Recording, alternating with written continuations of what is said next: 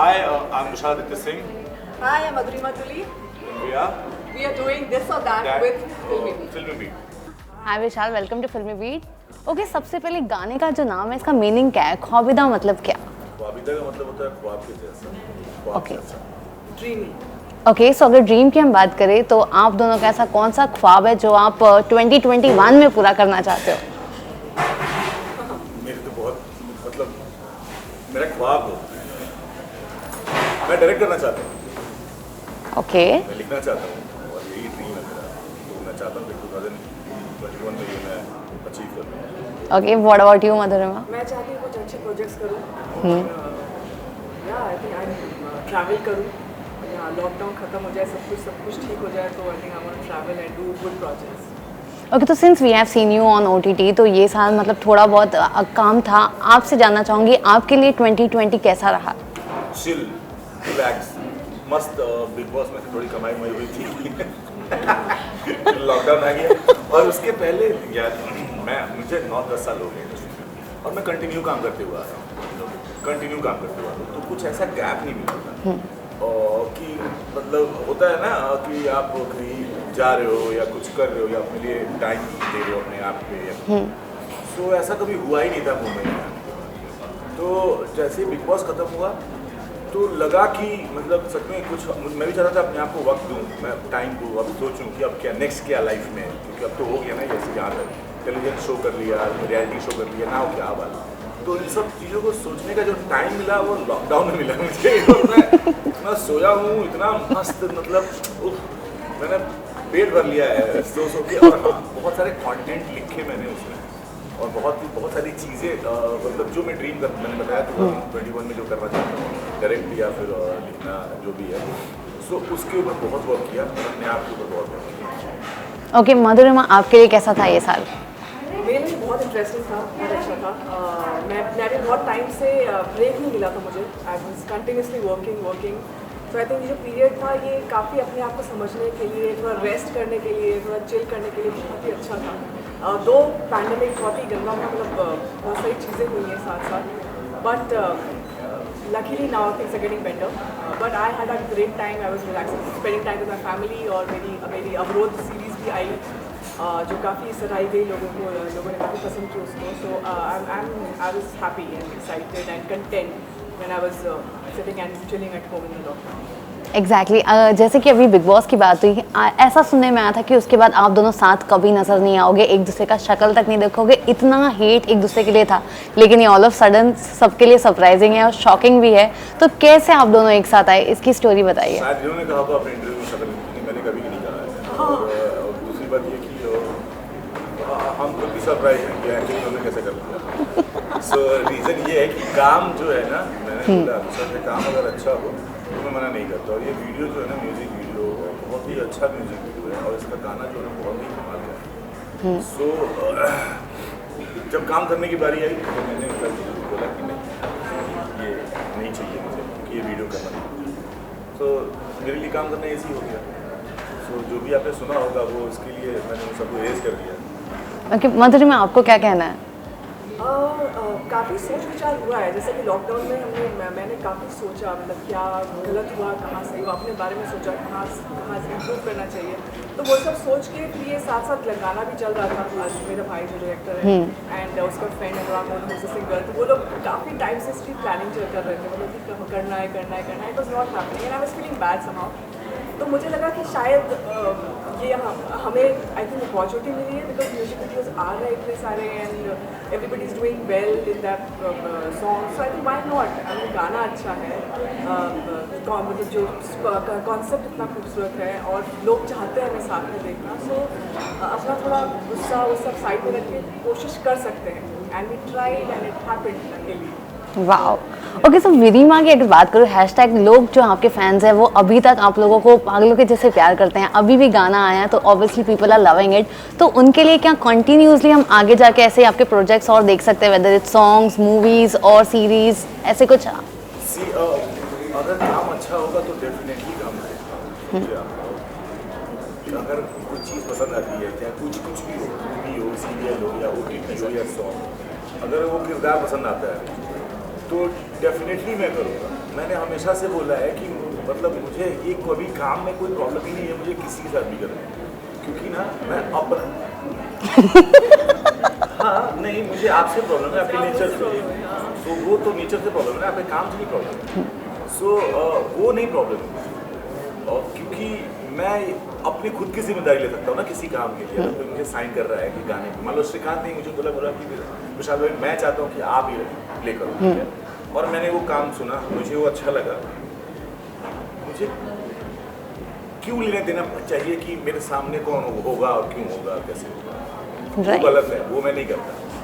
सो ये एक बहुत हिस्ट्री है साथ में। हाँ तो लेकिन वो हमारी हिस्ट्री पर्सनली है, अगर पर्सनली जहाँ पे हमारा नेचर इस तरह से हम रियल आते हैं ना, जैसे अगर आप मुझे अभी बोलोगे कि हम दोनों जैसे चंद्रकांता कर रहे थे तो हमारी इतनी झगड़े नहीं हुए थे यार, वरना पेपर में आते ना यार, राइट बिल्कुल सही बात है ना, हमने 1.5 साल काम किया 14 महीने, शो में क्यों नहीं हुए, क्योंकि वहाँ पे हमें किरदार निभा रहे थे, हमें अपनी लिमिटेशंस पता है, हम प्रोफेशनल, हमें पता है कि हम ये नहीं कर सकते, लेकिन आज बोलिए बिग बॉस में क्यों हुआ, क्योंकि हम नाचते तो बहुत अच्छा थे, हाँ वो 3 मिनट तो सब बोलते थे कि मतलब हमारे कोरियोग्राफर भी बोलते थे यार कि ये लोग कैसे करेंगे, क्योंकि हमारी ऐसी, लेकिन हम पर्सनली कैसे रहते थे, तो आप समझ रहे हो ना, प्रोफेशनल क्या होता है कि चीजें एक्सेप्ट कर लेनी चाहिए, राइट, जो कि मैं बहुत पहले से बोलता हूँ, क्योंकि हमारा जो पर्सनल नेचर है वो हम दोनों एक दूसरे को बहुत ऐसे कराता है, प्रोफेशनल नहीं होता है ऐसा। सेम विद दिस सॉन्ग, हमारे कोई झगड़े नहीं हुए हैं, मतलब डिफरेंसेस होना इज डिफरेंट थिंग, अगर आप किसी काम पे काम कर रहे हो, अगर डिफरेंसेस हैं या फिर अगर आप अपना इनपुट दे रहे हो या कोई इनपुट कर रहा है या फिर उस काम को लेके बात हो रही है तो बहुत सही है, लेकिन अगर उसमें नेचर को लेके बात होने लगी, फिर अपनी बात होने लगी,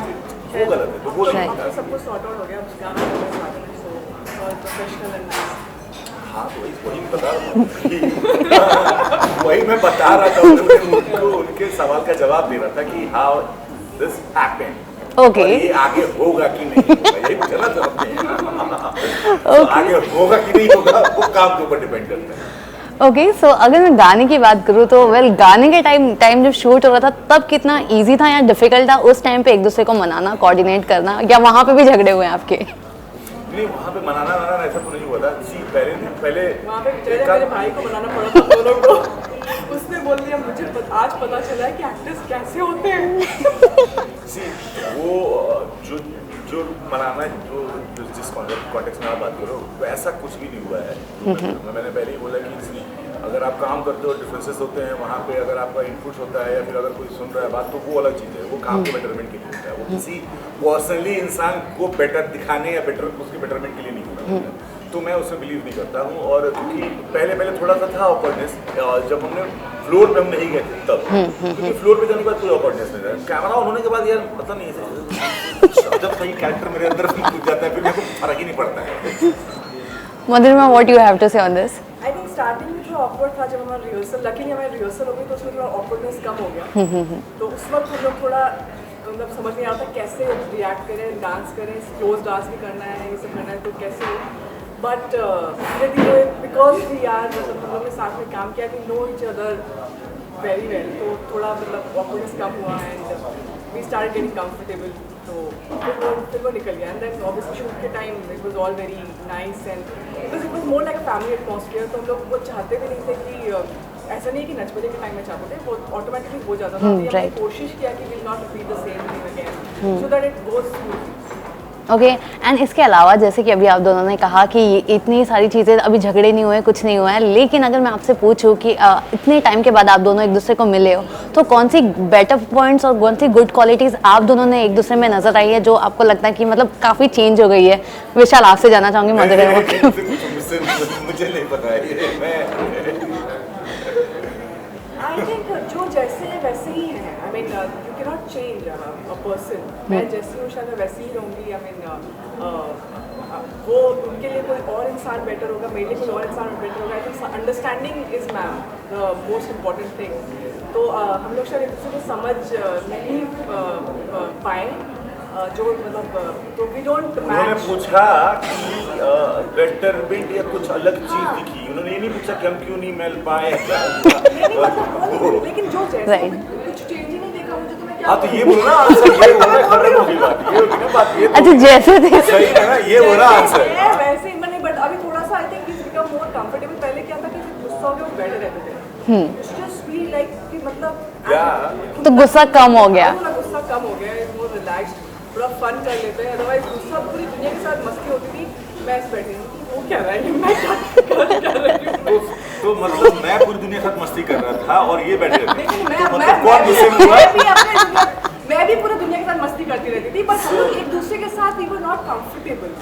हम लोग एक दूसरे के साथ मस्ती नहीं करके पूरी दुनिया के साथ मस्ती कर रहे हैं। So that was something which was awkward और वो पता नहीं क्यों था। सो या बट अभी it's change and nice, more comfortable. Great. Vishal, आप क्या कहना चाहोगे?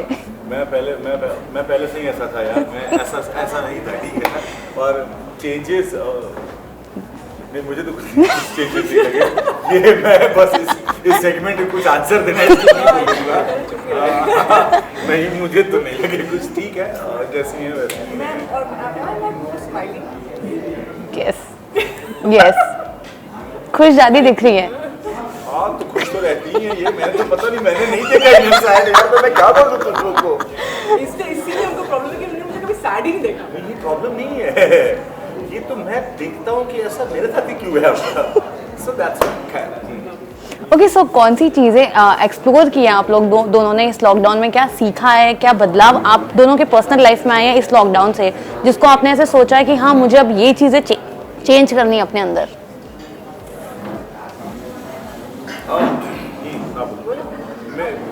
मुझे ऐसा लगता था कि मैं ना थोड़ा लाइफ में जब मैंने काम करना चालू किया था तब मैं इतना इजी नहीं था, क्योंकि मुझे बहुत कुछ करना था और मैं बहुत फोकस होता था कि ये करना है, इसके लिए भी टाइम देना है, उसके लिए।